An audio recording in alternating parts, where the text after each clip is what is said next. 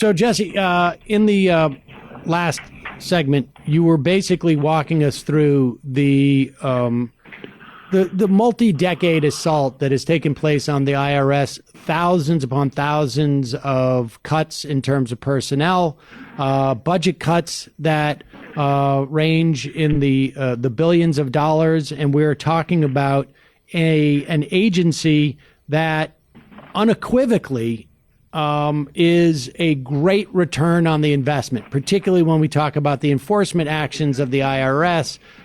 You said $10 for every one you spent on enforcement at the IRS is the return. People would be falling all over themselves. That we're talking about, like, tech startup size returns on something like that. But right. Yet the ideological attacks over the years on the IRS have done their job. So tell us, what was the impetus for the formation of this special team to unravel the complex tax schemes of the wealthy? And this took place, about 10 years ago?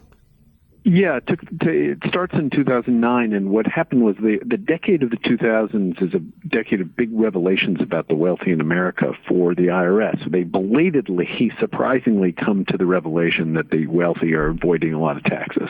There's a big series of tax shelter investigations in the early part of the decade, and in the later part of the decade, they discovered that there are millions of Americans, hundreds of thousands of Americans who have accounts abroad, particularly in Switzerland, famously numbered Swiss bank accounts that they haven't been telling the IRS about. So they realize, oh my God, we've got to do something about the wealthy. And so we're going to create this SWAT team, and they're going to go after the wealthy. And the principle here is very sound and very simple, which is that the old days, when they audited a wealthy person, they would just audit, say, the person's gifts or the person's income returns, or maybe the foundation, the nonprofit attached to the wealthy person. And what they realized is we have to understand everything about an ultra-wealthy person's empire, because the foundation and the gifts and the income and the partnerships and the overseas operations, they all weave together to work together for money flowing from one thing to the other that lowers the effective tax rate. So we have to see it all in one place.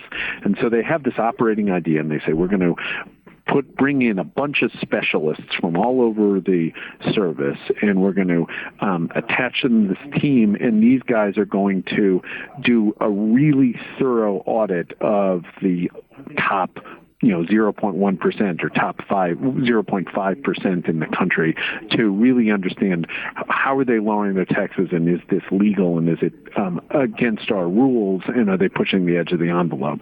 And it's a great idea. It goes nowhere. It's dead on arrival. All right. Well, so wait. So the idea, if I'm clear, is not just to look at the things that sort of traditionally are considered what we contemplate as like an individual does with their money, but rather to look at all of their business enterprises that are set up. I imagine a lot of these are like S corps and limited partnerships and whatnot. That exactly, in many respects, what's the idea that they shuttle them around to the different companies, lowering the basis of what constitutes income?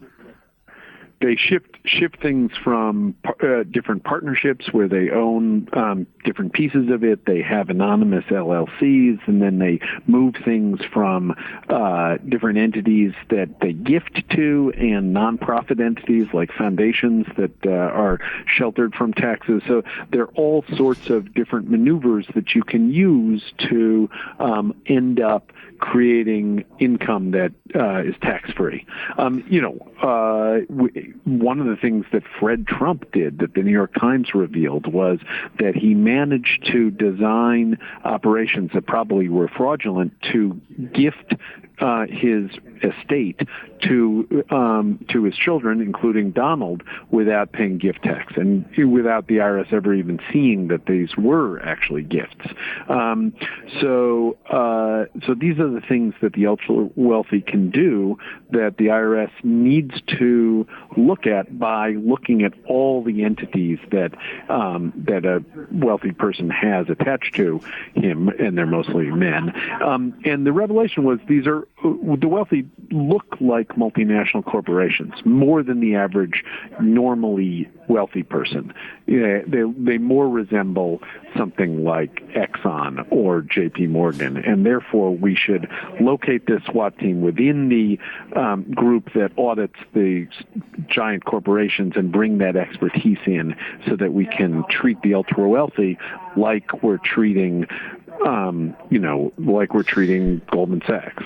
Now, this idea, was it an idea that, I imagine the mission was twofold. Right? One is to look for things that are illegal, and the other is to look for things that are legal but are not contemplated as being loopholes in the context of the tax code, so that we could probably give information to lawmakers. I mean, how much of this stuff was illegal that they were looking at, and how much of it was unfortunately legal?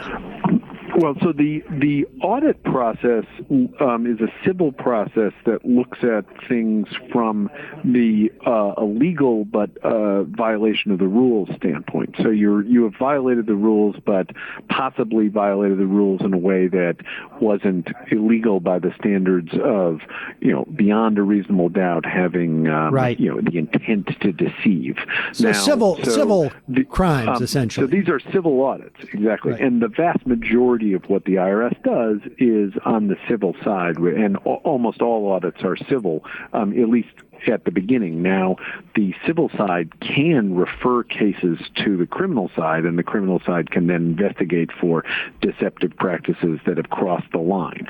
But the audit side can get money out of people. They regularly request money. They say, we've gone through your taxes and we think that you've been overly aggressive, and so we're going to throw out this interpretation and you owe us X billion of dollars. And then the taxpayers argue about it, and then you either pay your bill or you go to tax court and fight it out with the IRS.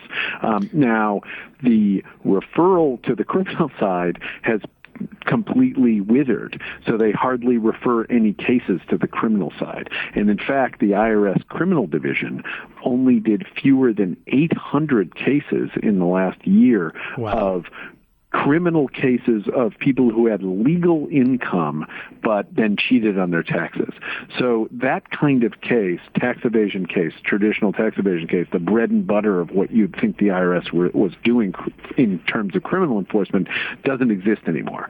What they do is they attach themselves to already existing investigations, like of Ponzi schemers or people who are crooks already, drug dealers, Ponzi schemers, money launderers, and then they say, you've also evaded taxes, and we're going to attach our expertise to that. So the audit side is withered, and the criminal enforcement of tax evasion has also almost disappeared as something that the United States does. Wow, that's nuts. That's really, and here's the thing, right? And we just have a minute left. You tell me. I imagine every time one of these ultra wealthy, or even like moderately wealthy, go in and talk to their accountant says, like, here's the risk. It's, you can do this stuff, and if you get caught, maybe we pay a fine. But that's about it. Quite literally, auditors are not allowed. They're banned from literally saying that, so they can't say opine on the audit risk. But of course, everyone knows it. So everyone knows that your chances of winning the audit lottery now, not being audited, have doubled in the last decade if you're an ultra wealthy person. And the point of our story is, even if you are audited, you can bring so many resources to bear and fight them on every single front that you will probably beat hate the IRS anyway, even if you are audited. So your chances of being audited are plummeted, and you should not be afraid of being audited, even if you're ultra wealthy. So 99% of the American population is afraid of the IRS, and 1% the IRS is afraid of. Wow. Jesse, thanks so much for your time today. Fascinating story, sad story, a little disturbing. Appreciate it, though.